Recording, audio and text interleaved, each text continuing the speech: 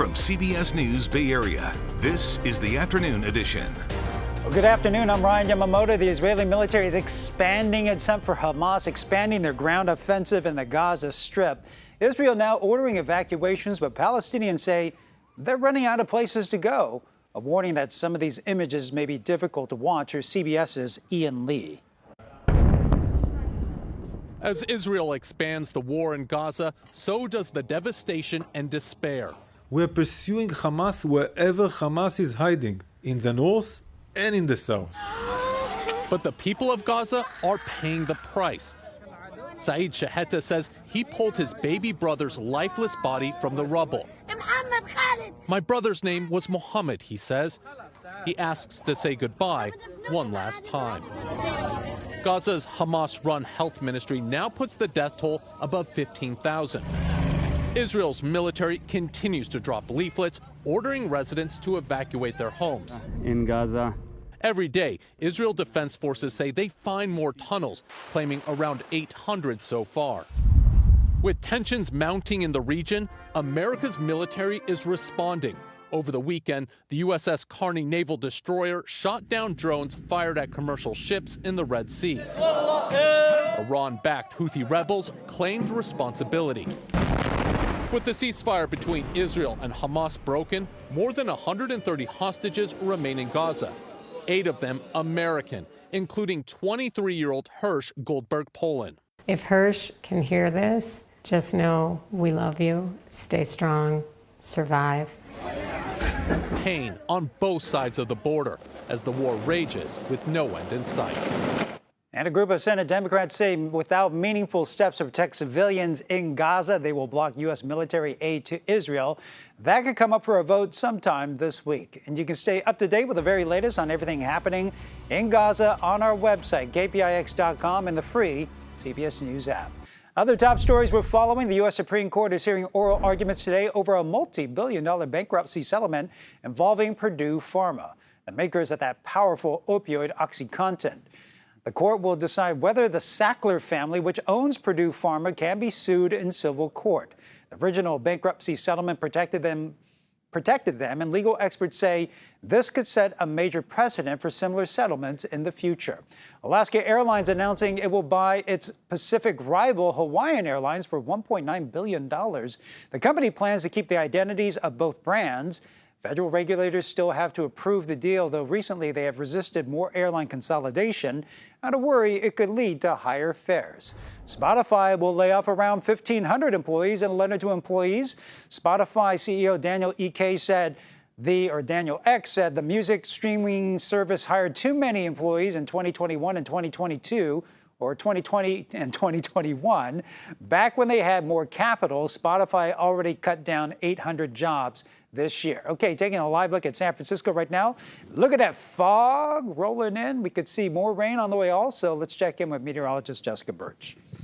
Well, that stubborn fog has been sticking around all morning, but into this afternoon, it slowly starts to break apart. We're left with sunnier skies down in the Santa Clara Valley. Mix that with some daytime highs sitting a little bit above average. It's going to be a beautiful day for us. But then those clouds start rolling in from offshore just around that 7 o'clock hour tonight, and that's going to fill the bay for tomorrow morning. Now, tomorrow morning and tomorrow afternoon, partly cloudy skies. Nothing to worry about. But once we head into our Wednesday forecast, advancing futurecast all the way into Wednesday, this storm system just to the north of us will slowly start to windshield wiper its way into our local communities, giving us a lot of showers within a really short period of time in the grand scheme of things. In total, on our Wednesday setup, we're expected to see about a ½ inch of rain along those coastal areas, a little bit less the more south we go, and then about a 1/10 of an inch of rain down into the Santa Clara Valley. So in the grand scheme of things, that's a fast-moving system, and it is going to pack its punch. But as we take a look at what's happening today, we are dry at least. We're sitting in the 60s this afternoon near San Francisco, across the Bay Bridge into Oakland. We're going to see sunnier conditions into this afternoon, 60s in the forecast for us near Concord, upper 60s near Antioch, and cooler conditions near Fremont, averaging out just about 7 degrees above average today in areas like San Jose and Los Gatos in the mid to upper 60s. Well, thousands of Cal State University faculty and staff promising a series of one-day rolling strikes at 4 campuses. The California Faculty Association is demanding a 12% raise, lower class sizes, and more manageable workloads. Cal State officials claim if they meet the union's demands, it could result in tuition increases. That strike started today with Cal Poly Pomona. It will move to San Francisco State tomorrow, followed by Cal State LA on Wednesday and Sacramento State on Thursday. CSU says it's ready to go back to the bargaining table with CFA at any time. A vice chancellor released a statement saying in part, quote, "We recognize the need in increased compensation and are committed to doing so, but our financial commitments must be fiscally sustainable." There has to be disruptions to change the status quo. You know, you gotta make something happen, and in order for that to happen, you need to shake some trees or, you know, do whatever it takes, like a strike in this case. SF State sent us a statement saying in part the university, quote, "respects our employees and their labor rights. We remain hopeful that the CSU reaches an agreement with CFA as they've done with their other unions." And we've seen cities across the Bay Area try to find different ways to address homelessness. From constructing tiny homes and converting hotels and shelters, solutions have been hard to come by. For its part, Palo Alto has a safe parking program, and they're trying to expand. But as Betty Yu shows us, the big challenge is getting people used to it.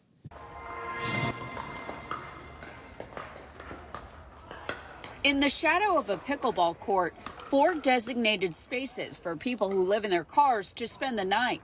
The city of Palo Alto invited churches to open their parking lots to people living in their cars about 3 years ago. The Safe Parking pilot program was meant to help tackle the city's homeless problem. On this night, we visited the 4 participating locations and only found one person taking advantage of the space. Some of it may be awareness.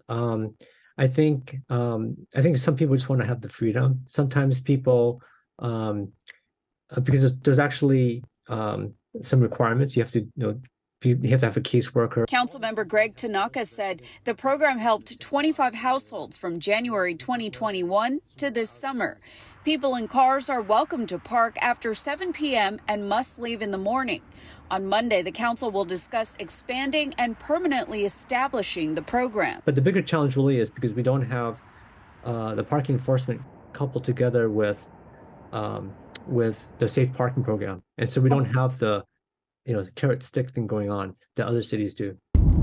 For example, Greg says the city will not force RVs to move, even though they're in violation of the law.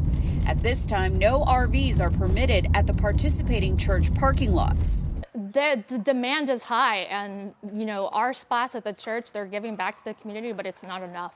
Reverend Catherine Boyle at Unitarian Universalist Church of Palo Alto said they're thinking about providing laundry services, a kitchen, and showers. I think it's up to all of us in the community now to get the word out that this exists, because obviously it's being underutilized, and I think it's a really good program to help people transition from one stage of their life to the next. Greg said the city has received some complaints from residents regarding porta potties and the blight. I think success to me would be people that participate in this program, they find more permanent housing. I think that's to me a success. I haven't seen too much evidence of this, right? It's something I'll be asking about.